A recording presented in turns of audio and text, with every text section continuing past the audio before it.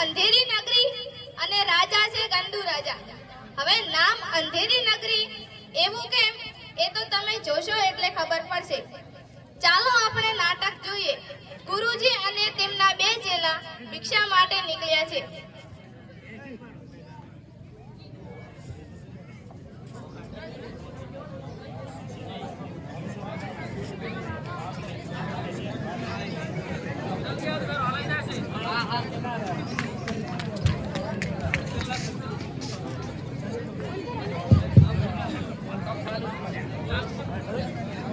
હા હા, ગામ તો સુંદર લાગે છે. ભિક્ષા સારી મળી રહેશે. હા ગુરુજી, હું અને નિજાનંદ બંને ભિક્ષા માંગવા માટે જઈએ છીએ. આપ શ્રી આ ઝાડ નીચે બેસો.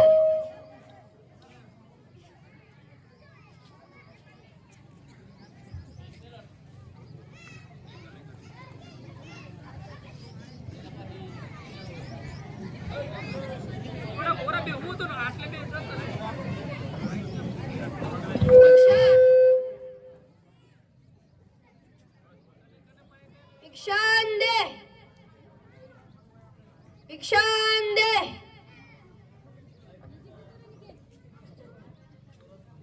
હું ગુરુજીનો ચેલો છું, મને ભિક્ષા આપો. ભિક્ષાંદે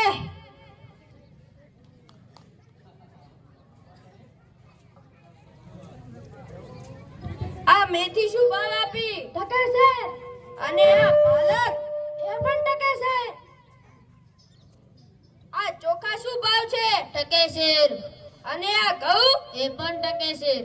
હે, મને લાગે છે આ ગામમાં તો બધું ટકેશેર ભાવમાં મળે છે.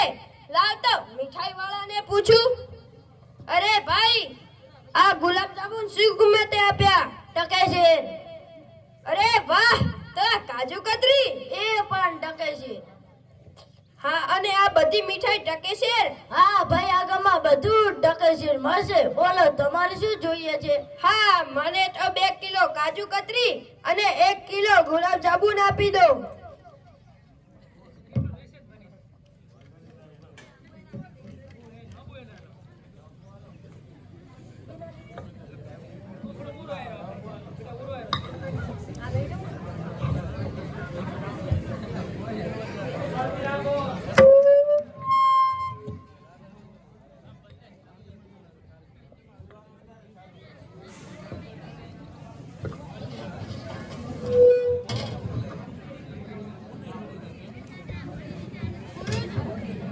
ગુરુજી,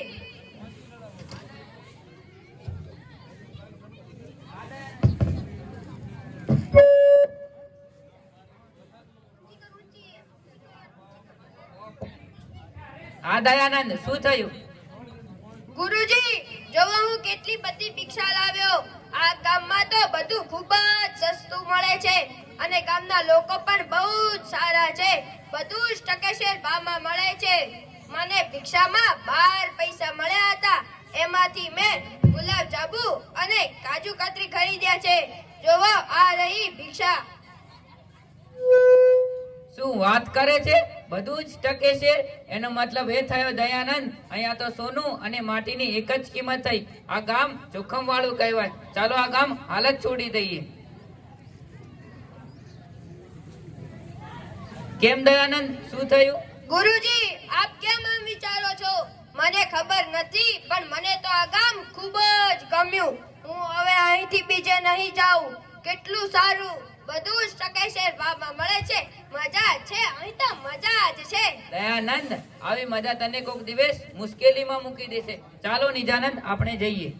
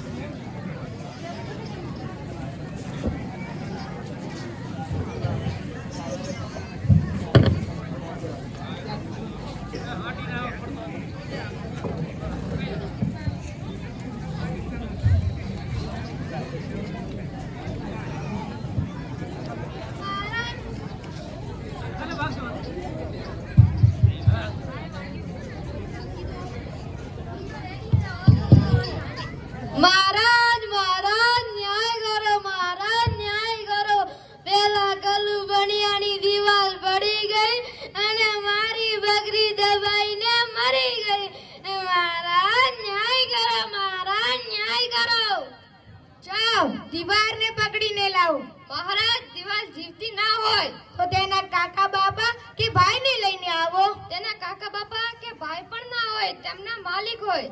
તેમના માલિક કોણ છે? તેમના માલિક કલ્લુ બનિયા છે. તો જાઓ કલ્લુ બનિયાને પકડીને લાવો.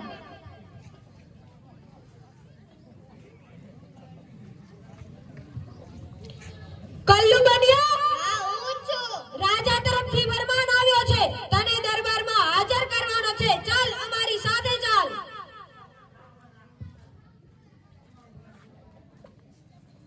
કલ્લુ બનિયા હાજર હો. પ્રણામ રાજાજી. કેમ કલ્લુ, બકરી કેવી રીતે મરી ગઈ? મહારાજ એમાં મારો કોઈ વાંક નથી. એ તો કડિયાએ દિવાલ જ એવી ચણીતી ને કે પડી ગઈ. હા બરાબર છે. તો આ કલ્લુને છોડો અને કડિયાને પકડીને લાવો.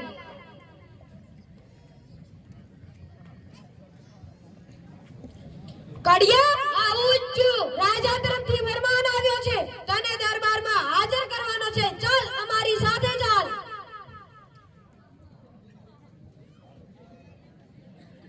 કડિયા હાજર હો. પ્રણામ રાજાજી. કેમ કડિયા, બકરી કેવી રીતે મરી ગઈ? મહારાજ માય બાપ, એમાં મારો કોઈ વાંક નથી. ચૂનાવાળાએ ચૂનો જ ખરાબ આપ્યો તો એમાં હું શું કરું? હા બરાબર છે. તો કડિયાને છોડો અને ચૂનાવાળાને હાજર કરો.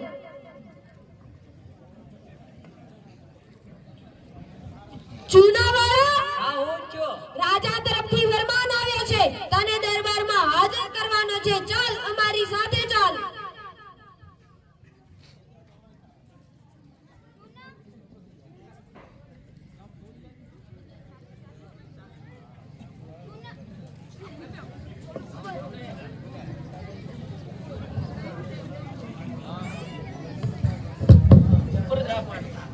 ચૂનાવાળા હાજર હો.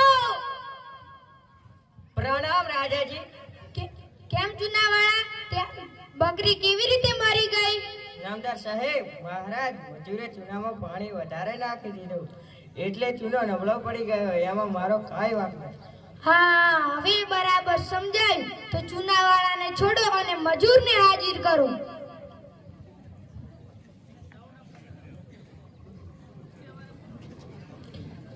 મજૂર, હા હું છું. રાજા તરફથી ફરમાન આવ્યો છે, તને દરબારમાં હાજર કરવાનો છે. ચાલ અમારી સાથે ચાલ. મજૂર હાજર હો. પ્રણામ મહારાજ. કેમ મજૂર, ચૂનામાં આટલું બધું પાણી કોણ નાખી જેથી ચૂનો નબળો પડી જાય, દીવાર પડી જાય અને બકરી મરી જાય? નામદાર સાહેબ, આ ગુલામનો કોઈ જ વાંક નથી. શહેરમાં કોટવાલ સાહેબની સવારી નીકળી હતી એટલે હું એ જોવા ગયો અને ચૂનામાં પાણી વધારે રેડાઈ ગયું. એમાં મહારાજ મારો કોઈ જ વાંક નથી. અરે રે, તો મજૂરને છોડો અને કોટવાલને હાજર કરો.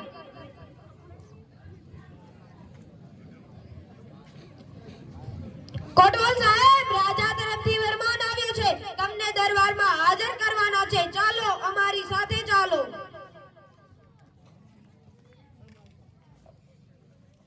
કોટવાલ સાહેબ હાજર હો.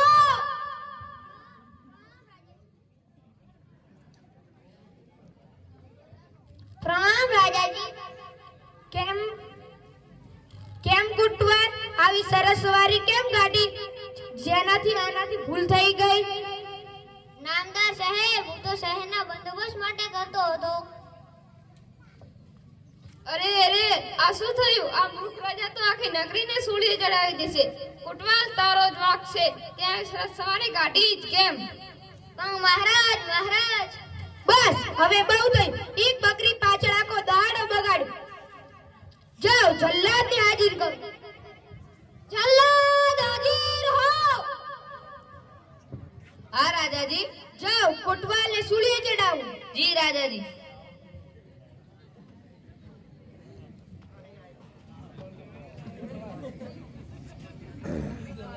અરે રે, કોટવાલ સાહેબ તો દુબળા પાટલા છે, તે ગાળિયામાં તો આવતા નથી. ફાંસી કેવી રીતે આપું? ચાલો રાજાજી જોડે જવું જ પડશે. રાજાજી, કોટવાલ સાહેબ તો દુબળા પાટલા છે, તે ગાળિયામાં તો આવતા જ નથી. તો ફાંસી કેવી રીતે આપું? અરે રે પાછું તો જાઓ, ગામમાં જઈને ગાળિયામાં આવે તેવા જાડા પાડા માણસને સૂળીએ ચડાવો. જી રાજાજી.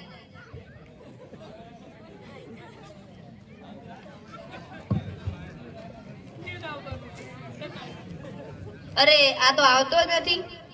આ પણ નથી આવતો. ચાલો બીજી તરફ જોઈએ. પેલા પંડિતજી બરાબર લાગે છે, લાવ તો તે જોડે જઈએ.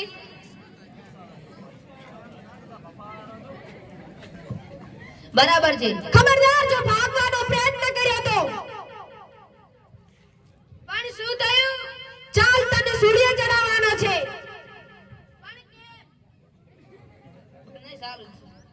પણ કેમ?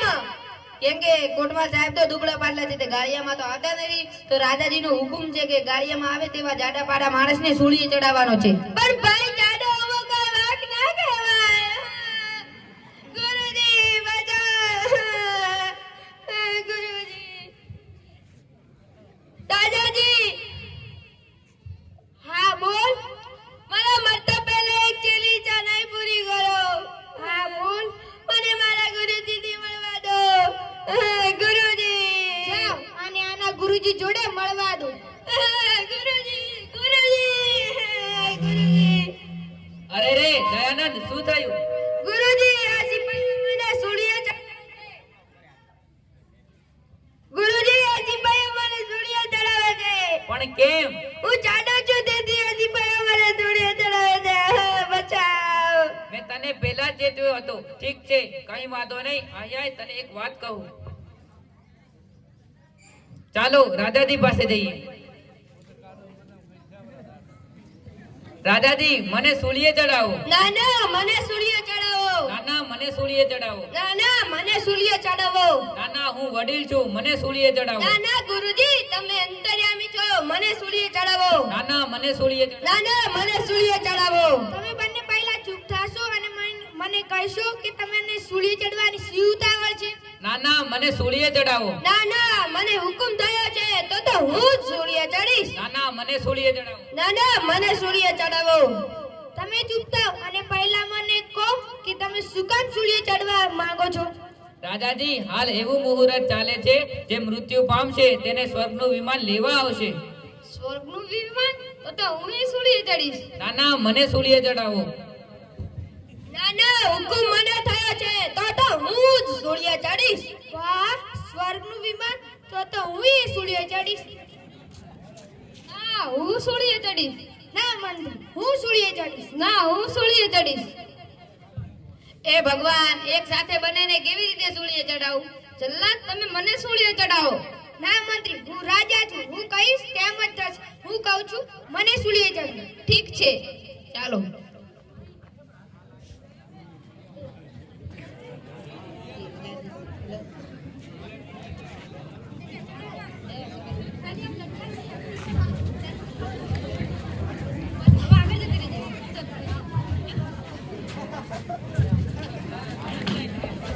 તો જોયું મિત્રો, જેવો રાજા તેવી તેની પ્રજા. ખૂબ ખૂબ ધન્યવાદ.